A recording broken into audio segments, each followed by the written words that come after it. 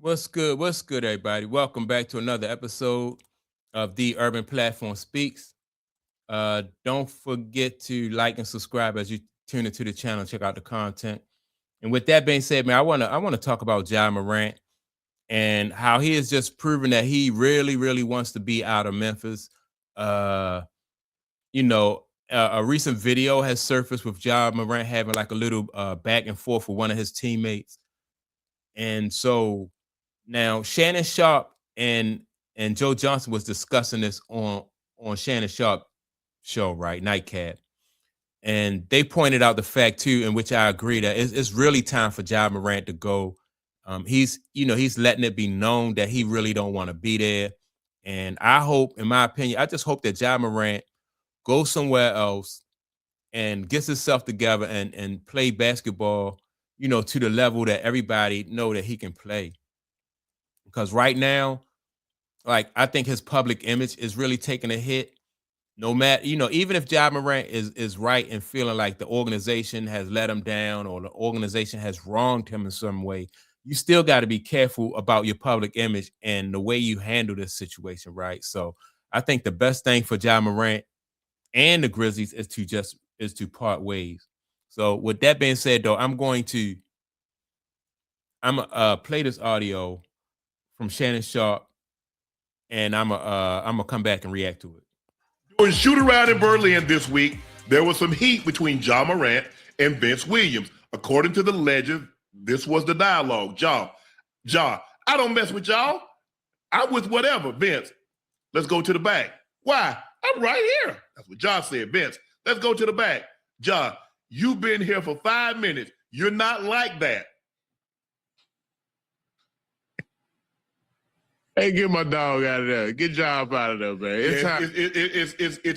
It's time. It's overboiling. Hey, the beans are burning, baby. Get that man out of there. It ain't. Hey, look, when you start getting into it with your teammates like that, it's time to go, man. Y'all got that man frustrated. He ready. He ready for a new scenery. And he said, I don't F with y'all like that. I don't know. I maybe you have, Joe, but I've never been on a team where a teammate said, I don't mess with y'all. Now, I've heard teammates say, I don't F with you.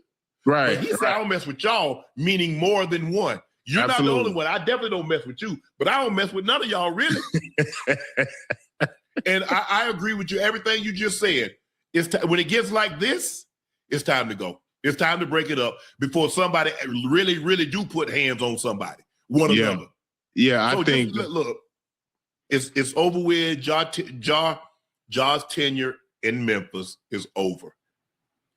And I'm sure some Memphis fans might hate that. Some Memphis fans might love that. But it's over. It's over. When he got benched this year, I knew something. Joe, remember early in the year? Yeah. They took him out and sat him down. He said, well, ask coach. They probably think they can win without me. I was like, oh, yeah, he ready to go. Oh, yeah. Now, I said a couple years ago, like when Ja started getting in trouble with, his off the court things, and then he had some injuries and stuff like that. So Ja basically was a part-time player between injuries and suspension. He was a part-time player.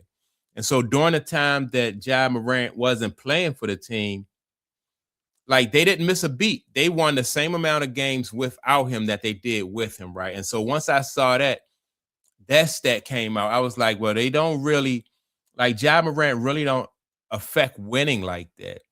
And what the team is doing is basically they're marketing Ja as, because he's an exciting player to watch, but he didn't affect winning. So, you could see him come down and do all of the highlight type moves, but they wasn't winning any more with him than they was, without him. So I just thought that situation a couple years ago, was going to wind down. It was going to come to a head real quick.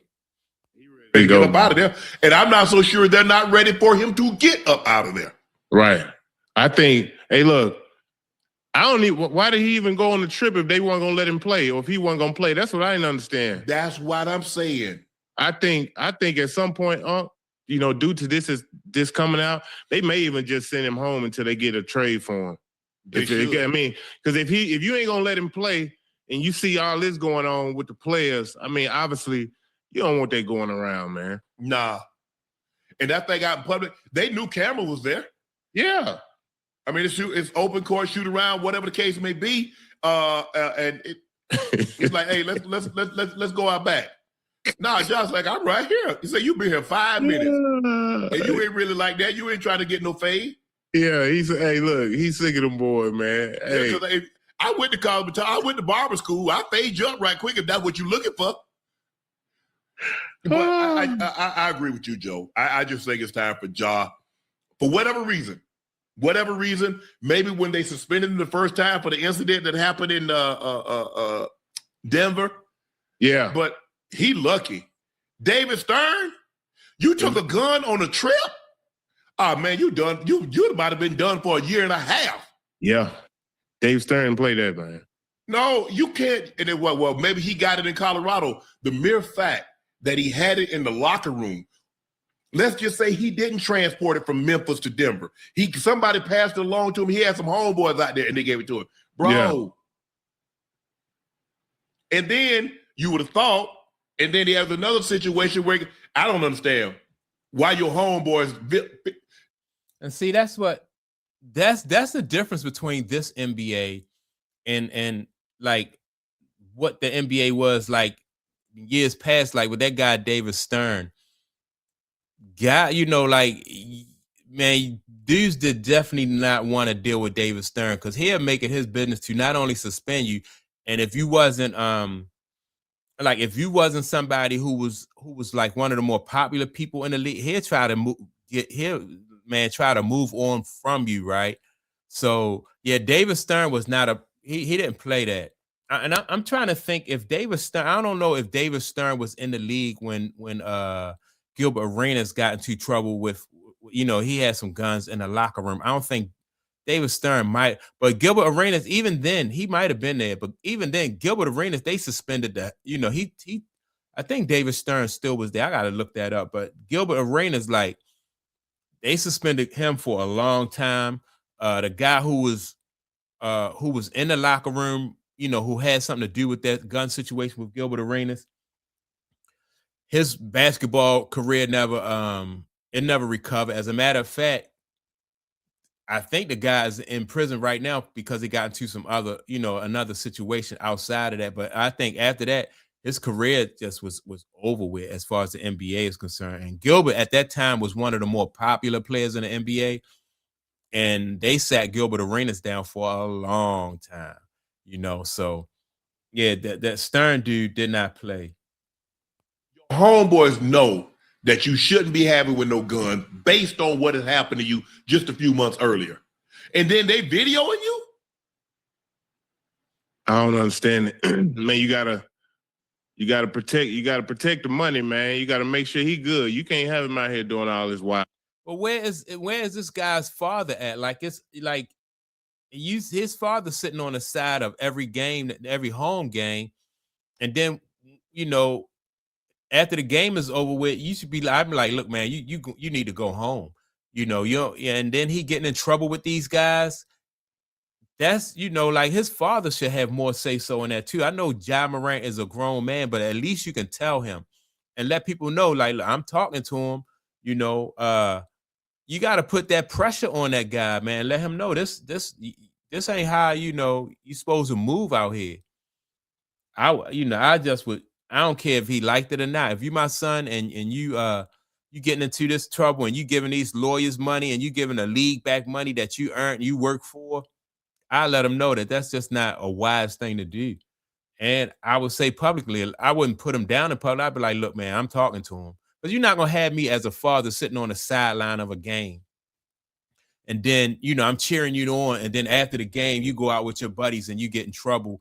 And it just looked like I'm one of your fans or something like that. Nah, we're not going to do that. I'm like, look, I'm talking to him. I don't condone this. I'm talking to him. And just leave it at that. You don't have to say, no more than that. But you let him know, man, that, you're not, the way you move is just not wise. No. You shouldn't be around it. You shouldn't be condoning it. Nope. You gotta keep bruh clean, especially after you done already got caught once or twice.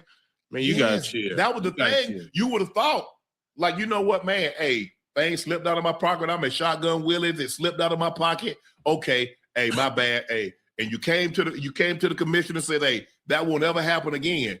And then, yeah, you gotta have, you know, and I know people give that lady, what's the lady, Jaden Daniels, the quarterback for the Washington Commanders, right? His mother is like a helicopter mom. She is all over him, right? Making sure that like the people around him not taking advantage of him, making sure that these girls don't, you know, try to get their claws into him, who don't have good intentions.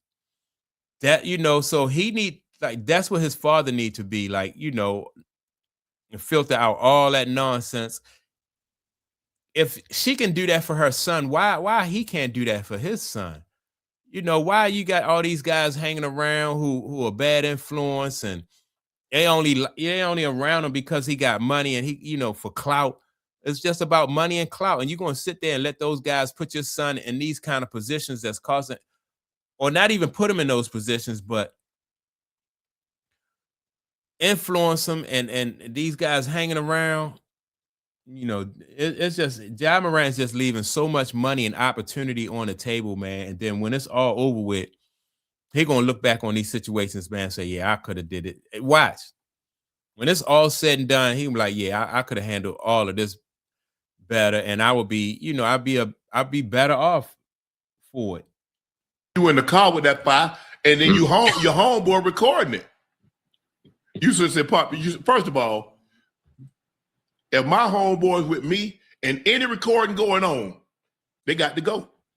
Yeah, hey, I'm like that too. But you know, a lot of these dudes, man, especially these young cats, you know who their influences are. To, you know, they listen to this rap music, and that's pretty much what it. Well, like I said, if your father, you come from a 2-parent household and you influenced by some rap music and street guys, man, that just speaks volumes as to, you know, like, how you gonna be influenced by somebody singing a song or rapping, and your father raised you, and you know, that's, to me, that's just like, and you look at that as treason. You're gonna follow somebody else's lead more so than you would your father and your mother lead, these people who raised you and put you in a position to be successful in life, and you're gonna be influenced by a rapper. Yeah, I look at that as, it's like treason for real. It's like being a traitor. So that's my take on it, man. I just hope that Ja Morant do leave, get out of Memphis and then go somewhere else, man, and just really just turn his career around, salvage his career, make that money, sit on it, man, and enjoy it. But don't give it to lawyers and don't give it back to the league, man. Yeah, it's just don't make any sense. So that's my take on it. Make sure to like, subscribe to the channel. Also, don't forget to leave a comment, and I'm gonna check y'all out in the next video. Peace.